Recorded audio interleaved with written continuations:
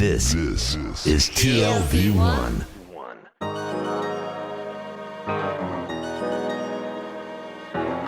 The Tel Aviv Review.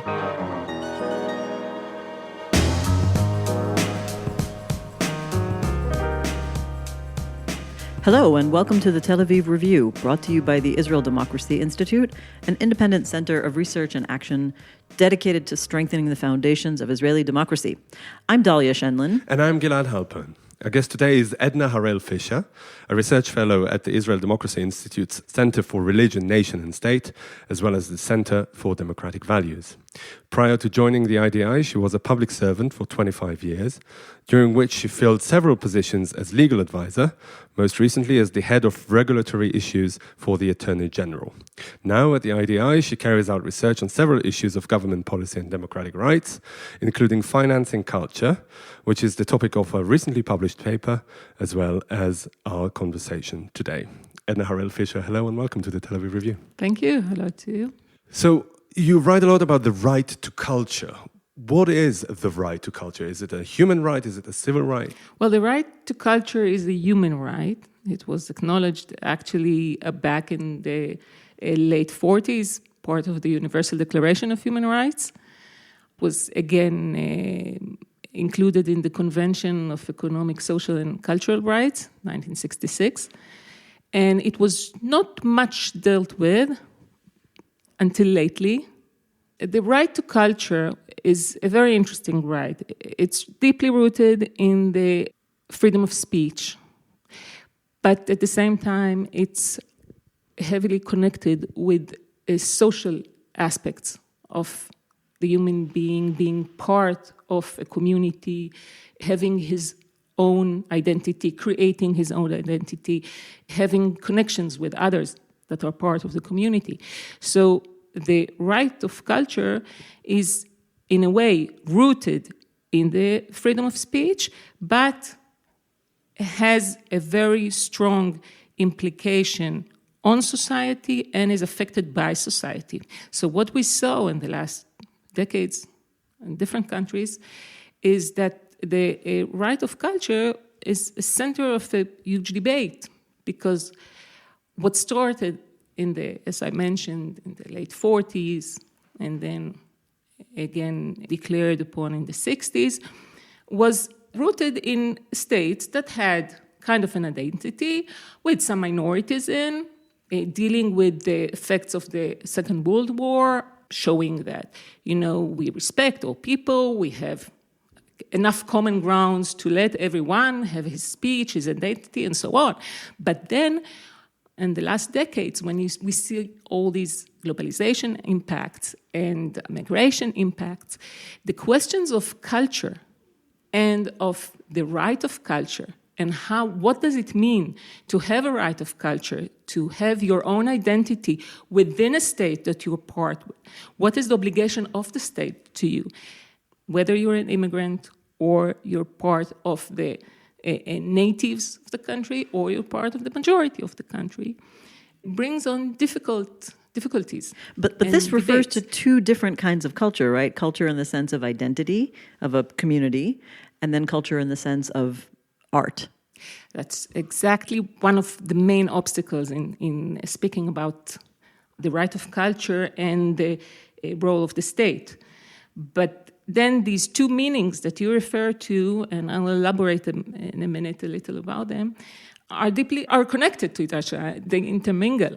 Actually, culture in the broader sense refers to all that sociology and anthropology deals with. What is our religion? What are our beliefs? How do we treat each other? What is even considered to be polite or not? This is all parts of our culture. This broader sense of culture is the sense that the declaration and all these international legal documents refer to, but this includes the narrower meaning of culture. And the narrower meaning of culture is connected to arts and culture. And this is the sense that I'm dwelling into in my paper. And this is the sense that brings, in a way, a very peculiar aspects of relationship between the state and the citizen. And why is it so? This has to do with what culture and arts are all about when we're speaking about this right of culture, the freedom of speech. And for this, I want to be a little theoretical again. As we're speaking about culture and arts, we're speaking about creation. Creation, about giving meaning to ideas we have about our society or about life, which again brings us back to freedom of speech. But it's not only freedom of speech in the way that I can use my words in all, whatever I'm thinking of. It's also, in culture and arts, using all other senses and ways of expressing myself. It can be music, it can be dance, with my body, with lights, with whatever. Even as you write in the article, avant-garde music that not many people necessarily connect to. And this is also kind of a speech. You know, it can bring to you as a listener different impressions, different feelings, maybe even can arouse some values. So what we have when we're speaking about culture is a very wide range of expressions that can affect the listener in very different ways. But when it comes to the role of the state, there are two issues here that you also tackle in the paper. And one is, as you say now, where does the state intervene, if at all? And also, on the other hand, the role of the state in financing and making it happen, right? And keeping the two distinct from each other. Like where does the state have to have a responsibility to support this culture, and where does the state have, maybe some would say, a responsibility to limit culture? I'm just paraphrasing. Well, before I get to limiting, I want to explain something about supporting. And this very theoretical understanding of culture and art that is very wide in the ways of expressing and the ways of interpreting, receiving, is the basics of how I define the role of culture in society. The state, the rulers, come only after we understand the role. Now, if the role is here for us to gather as much impressions, each of us individually, and not to be subject to any interpretation of a third party, this includes the state. Now, if this is the basic notion and appreciation and role of culture, then what the state has to do is to allow this to happen. Now, if culture, and this I explain in a very elaborate way in the paper, needs subsidies or needs help, then to promise that this will be as culture has to be and it will fulfill its role, you cannot intervene in the interpretation. You cannot interpret as a ruler the culture as a conditional support. My interpretation of the culture as a ruler cannot be a condition of supporting.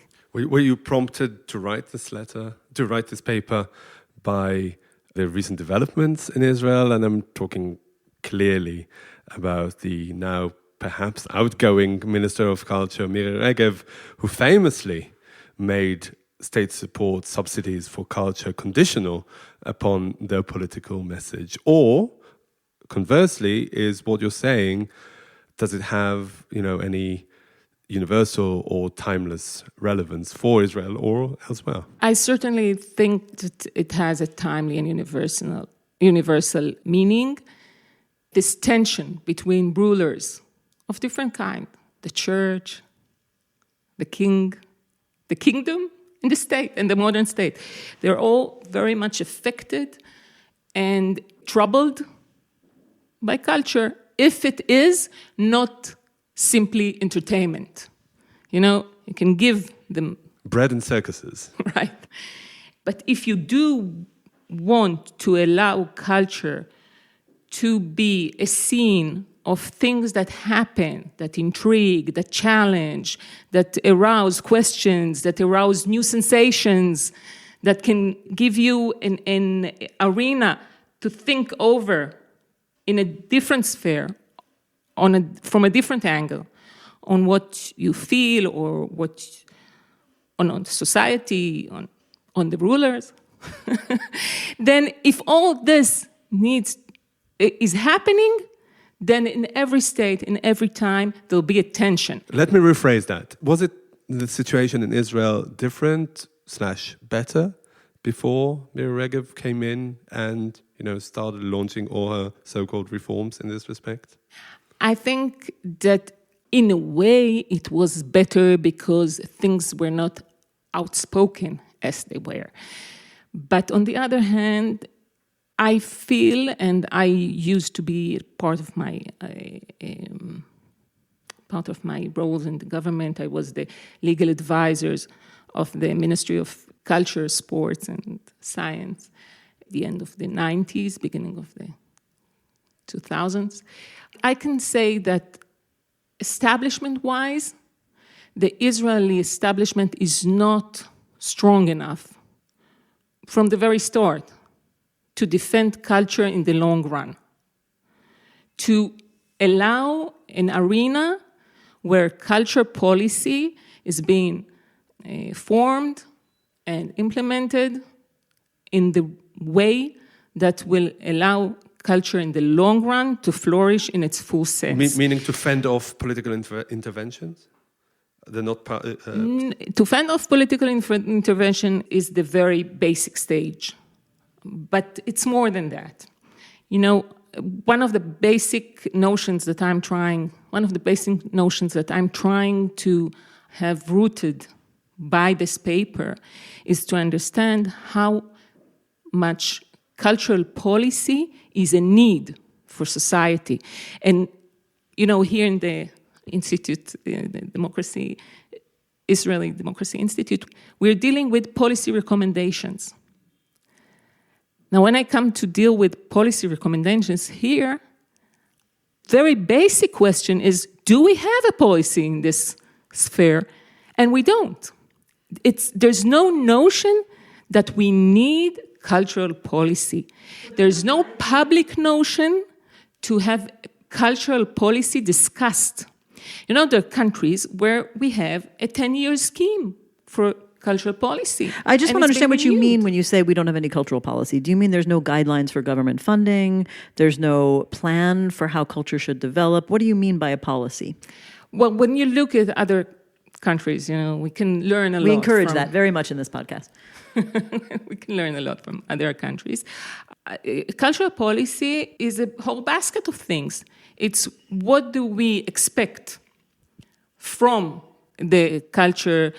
How do we want to develop culture? What are the basic aims that we, as society, look forward for? We want to strengthen quality, or we want to enlarge the participation. We want to get to periphery.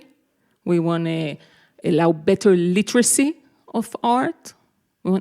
We can have different aims, and then this is translated into budgeting, or into establishments that we are promoting, things like this. But one more point for that. In many countries, you find that civil society and the public are very much involved in this. Because as I described before, culture has many aspects that need to be discussed, and they're not just top-down by government. But I think one of the really sensitive issues is a particular role of culture, and I think we have no choice but to quote the play by Hans Just, which is a quote often misattributed to Nazis. The quote, "When I hear the word culture, I reach for my Browning, my gun." Why is culture so threatening to authority? And the question that I want to understand is, what is the state supposed to do in an ideal situation when a particular cultural product is challenging the state itself? And this really comes to the heart of the problem with Miri Regev. She's saying, we like culture, but if you're going to attack us, we don't need to fund it. So from the big theoretical, we have very concrete examples. As I started before, the right of culture is deeply rooted in the freedom of speech. Now, I wouldn't imagine that you, as a journalist, would say that, the freedom of speech of journalism does not include attacking the country, or does not include criticizing the country. Okay, now, what is attacking a country? Can really a play attack a country? Or can it criticize, raise difficult questions, make you think again about things that the ruler wanted you not to think about? As we know, freedom of speech, political speech, journalism speech, is not unlimited, but it is limited by criminal law.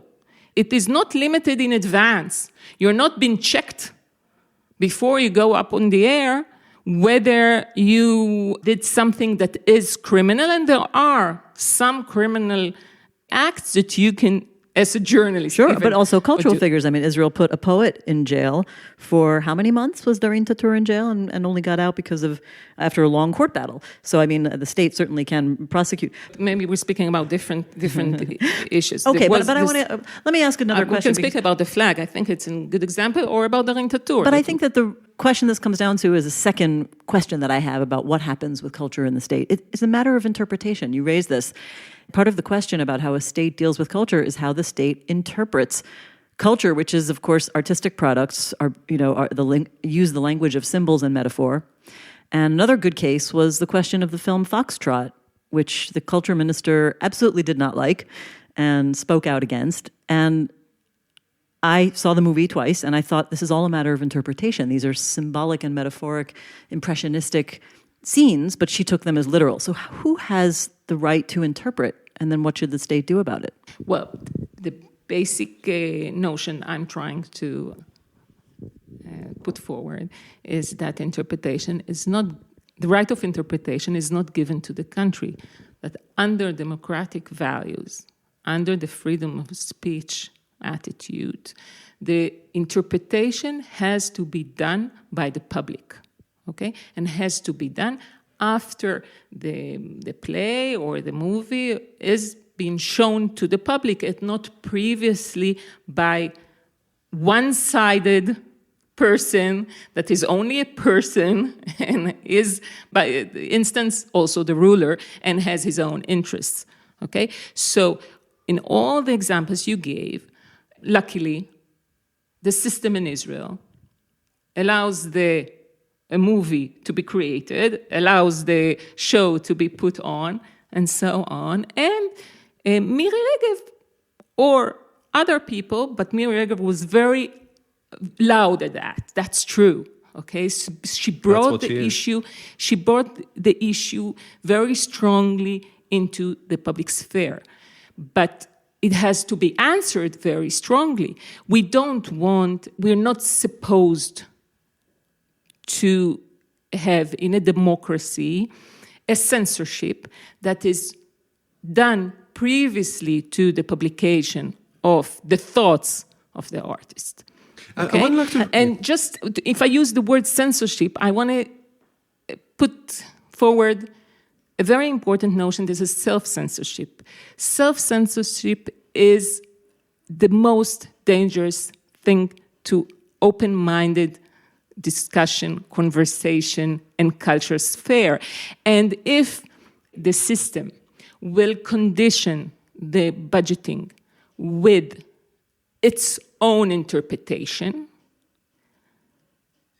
as a norm, artists who need money, who are striving for funds, okay, will keep on, even not that artist self-censorship, the basic problem with it is that artists can, even not consciously, look for the right play or the right expression, right, quote unquote, of course, that will satisfy the ruler. This is not a culture scene that we're having in a... But I would like to maybe not zoom out a bit and not make it all about Miri Regev, as important as she is here, and look at Israel in the broader sense. And Israel has a state ideology to promote, unlike other liberal democracies in the world. And it's part of their mission, and also, I assume, their right as the establishment / the government, to tilt their decision-making in the direction of supporting that state ideology, meaning Zionism. Where does that fit into your analysis? Well, I'm not sure I take this description of yours about Israel and about Israel being different from other countries. Could you have full freedom to disagree and express yourself in this podcast? At least at the podcast. Anyhow, other countries have their identity issues, and some of them have ideology issues. You can bring the Spanish question of the Catalan and the Basque being part or being independent. It's a good example. The Catalan have an autonomy. A constitutional cultural autonomy. Constitutional autonomy. Believe me, I've read that constitution very closely. So you do know that they have it, but the way that the current discussion and public discussion in Spain and Catalan specific is arousing is creating difficult questions, even as to their autonomy. So saying that Israel is so unique in the democratic sphere, I'm not sure.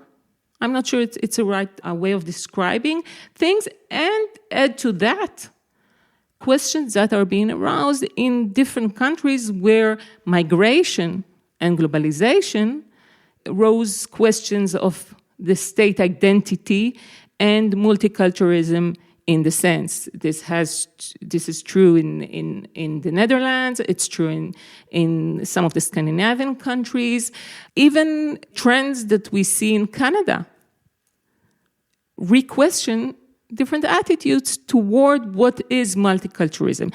So I'm not that sure that we're that unique. Okay? And on the other hand, I'm definitely sure that we're going to be much stronger society and will keep on being strong if we will allow ourselves to ask questions, to look again on different parts of our history of the Zionist movement, because we want this country to be a country, a democracy country for the Jewish people, but as a democracy, at the same time, being able to answer questions that the democratic values arise. But it can't be a democracy only for the Jewish people. And I do want to go back to the case of Darin Tatur, because I think it's a very interesting example. In a way, you're saying the system worked. She was allowed to say anything she wanted to say. She wrote her poem on Facebook. And after it was in the public sphere, she was then arrested and tried and put into jail and only got out on appeals. So, of course, the impact of that going forward may have precisely the effect that you're saying should not be acceptable in a democracy, because other people might say, we can't even think about this poetry and write it. How would you consider this case? And feel free to add more detail that I haven't necessarily said. Well, first, I'm sorry, but I don't know Arabic, the Arabic language, well enough to be able to speak objectively on how this poem should have been understood to start with. I think Put it this way, she was tried on the translation. Right. And only got off when the appeal came before a native Arab-speaking judge who was Arab. Right, and this is why I started with me Yes. not understanding Arabic well enough, because it's a very good example of the interpretation issue and the problem of interpretation. Now, as we are here, and we cannot deny, we are in a state of war, constant war, reoccurring war, the way you describe it. We are still a young democracy. So interpretation can be affected by these circumstances, but we have to be very careful. And as a lawyer, I'm proud that at the end, the legal system knew how to judge it right and say, well, it was exaggerated, it was interpreted it the wrong way. I'm sorry that it took that long, because I think, to start with, a song shouldn't be treated so harshly, and I am not sure that songs from different political aspects of the Israeli scene would have been treated the same way, with the same suspicions. This is something that we need to recheck ourselves all the time. But what I'm doing with this paper, I'm trying to first lay down the basics of how the right of culture should be and how deeply connected it is to the freedom of speech. This is why we need to be very aware of the dangers of misinterpretation, very aware of the dangers of interpreting by the regime. What can it bring with it? Okay? And being aware at the same time, which is the second part of the paper, why culture and arts are more sensitive to the regime because of their dependence in finance and budgeting, which brings it more complicity. From your knowledge of the system from within the culture ministry and other state apparatuses, do you think that do you know that there are people in there who see eye to eye with you on this and are not in the limelight because they are public servants, and the whole debate is being skewed by the loud, as you called her, minister? Is there a chance for your recommendations to have any kind of resonance within the apparatus? Well, basically, for the time being, the legal system, part of the General Attorney Department, which is the leading legal interpreter for the government, is very much in agree with me, with the sees eye to eye. His people see eye to eye with the basic notions that I'm describing. I do think that inside the Ministry of Culture, I believe that there are people that understand the basic notions of culture right, and are discussing within the government these issues. I hope one of the reasons I thought this paper is important is that this paper can give kind of a basics for a debate within the government and between the civil society and government, and, bring down a little the fire so we can sit around it and not burn ourselves, just talk about the basics and understand why is it that the state is involved in the culture scene. What is its basic role? What do we expect from the state? So we can develop our expectations from budgeting and so on. I like that metaphor of the sitting near the fire and not getting burned by it. But I want to try to ask what in my mind is a bit of a complicated question, but maybe you can help. We are witnessing a state of political paralysis in Israel for about a year now. And it comes partly because we have very little shared vision for the state, apparently. The parties don't want to sit together because they can't agree on their vision. They reflect their voters who have completely different worldviews about the state. Israel lacks, in a way, a shared identity among all of its citizens, I think. And it would seem natural to me that the state would have an interest in encouraging, building a shared identity on some level. Adkan, up to here, I think we understand each other. At the same time, the state, as you argue, should promote many multiple perspectives, multiculturalism in general, and I agree with that too. How does the state decide between these two needs, in a way? I would understand that a state has an interest in cultivating a shared identity, because I think we don't have enough of it, certainly not among Jewish and Arab citizens, but many other citizens as well. How do we balance those? That's the billion-dollar question, and not in Israel alone. When I was looking for material about this culture sphere in other countries, I found the European Union dealing with a similar question. And they came out with this notion of unity by diversity. It sounds good. It sounds good. It's very difficult, though, and they admit it's difficult. And we're not here to elaborate on the tensions between the countries and the union and all that. But I do believe, this is my belief, that we certainly do need a strong identity of our country, as any country needs, any society needs. I do understand and, of course, drew on this Zionist part of the country, or Zionist idea of the country, and I believe in it. You know, we all have our history.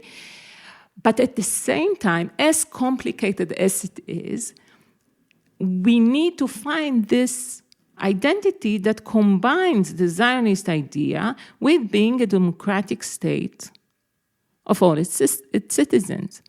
And this constant challenge, which is a challenge in different spheres, in the political sphere, as you said before, in the legal sphere, is also a challenge in the culture sphere.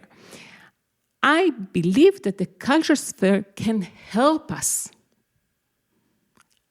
bring into the society stronger ties by tolerance, by learning how to listen to different kinds of music, to different ideas of metaphors that come from the different communities that are part of the Israeli state. And this will bring us the ability to have a stronger identity, a more complex identity, not one-colored. This is my belief. I have the notion that it's not a belief alone. It is based on other societies' experience as well. And we don't have enough time to elaborate. I think we both want to say, Amen. This is a wonderful note to end on. Edna Fisher-Harel, thank you very much for joining us today. Thank you. It was a pleasure. And many thanks to Gizem Ozdemir, our sound engineer, as well as Itai Shalom and Georgia Foscarini, our producers, and the Israel Democracy Institute for the generous support.